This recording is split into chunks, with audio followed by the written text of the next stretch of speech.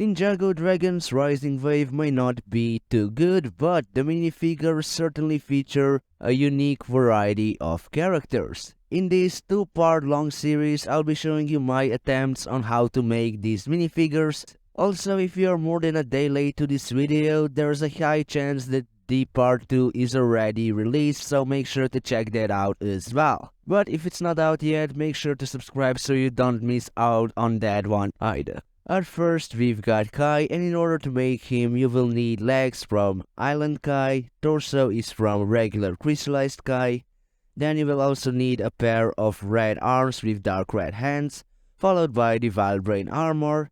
Face is actually from Rogel from Nixon Knight series. It works very well in my opinion, and I used it for all of these United Ninja minifigures. And lastly, the head comes from the Erjitsu Kai. My take on Lloyd might look even cooler. You will need legs from crystallized Lloyd, torso from Scuba Lloyd, then there's also a pair of green arms with dark green hands, followed by the Wyldfyre armor, Rogel face, and Erjitsu Lloyd mask. Nia was certainly a lot harder to pull off, but I still decided to come up with something that isn't completely awful, I hope. Well, the legs come from Scuba Nia, torso is from Samurai Crystallized Nia, but the torso is flipped around. You will also need a pair of Azure arms with dark grey hands, Wyldfyre armor, Rogel face, and Hands of Time Nia mask because we don't have their Jitsu mask in the right color. I also decided to include Zane in this video. To build him, you will need legs from Island Zane, torso is from Core Zane, then you will also need a pair of white arms.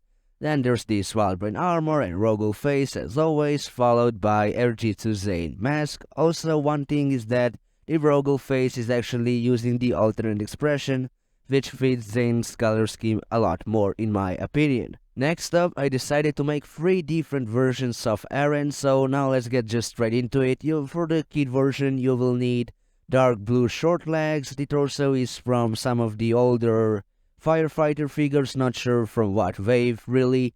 Then the head is actually really cool, it's from crystallized Nelson minifigure, and the hair is from 2022 Black Panther minifigure, but it also appears in some other places as well. Also, I gave him Lloyd's core mask, which also looks pretty cool. Then we have Teen Arin. To build him, you will need legs from Scuba J.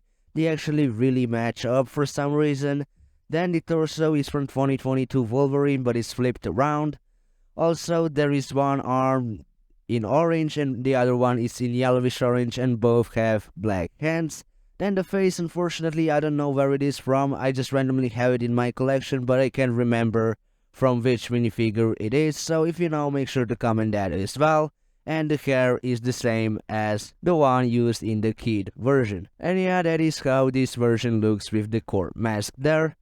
And lastly, we have the full ninja suit Arin, and this one only has a few differences from the teen version. So at first we have legs from this green red from Prime Empire sets. I forgot his name, to be honest. I don't think I can be blamed for that. And yeah, there's also this mask piece which comes from Skylar original minifigure. Unfortunately, that's just what works the best, even though that minifigure is definitely hard to get. As for the new allies, we have Wyldfyre, which turned out better than I thought. The torso and the legs are from the Legacy Ronin minifigure, but you will also need 2 sand green arms with yellow hands.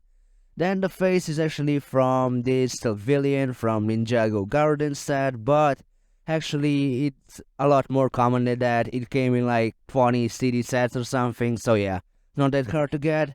Then the hairpiece definitely is a bit harder to get. It comes from this character from Monster Fighters team. And lastly, I put a samurai helmet attachment in her hair. It's time to start with the villains. At first we have Rapton. Torso and the legs are from the Gamora minifigure from the CMF series. Then you will also need gold arms with black hands, the Prime Empire armor in black, so you can get it from the red minifigures or the red visors.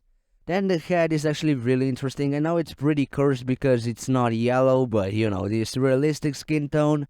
But that is why, because it is from the mutant leader from Lego Batman movie, and that was the only head in my collection to kinda have this similar visor print going on there. So yeah, here's that. And then the hair isn't actually very rare. It came with Crocs in the Ninjago universe, but outside that, it's actually a pretty common hairpiece. The next two warrior minifigures we'll take a look at are extremely similar to Rapton, only the headgear and their heads are different. So, for this Triceratops-inspired warrior, that's just how I like to call them, you will need Ninjago movie lower mask piece, then the head is from Endgame Chitari minifigures, and the helmet is obviously from Ninjago movie / Oni Trilogy Garmadon. And lastly, for this warrior variant, you will need a head from Outrider, which is a very common minifigure in Marvel sets, as well as this head, which is pretty rare, not gonna lie, but it did appear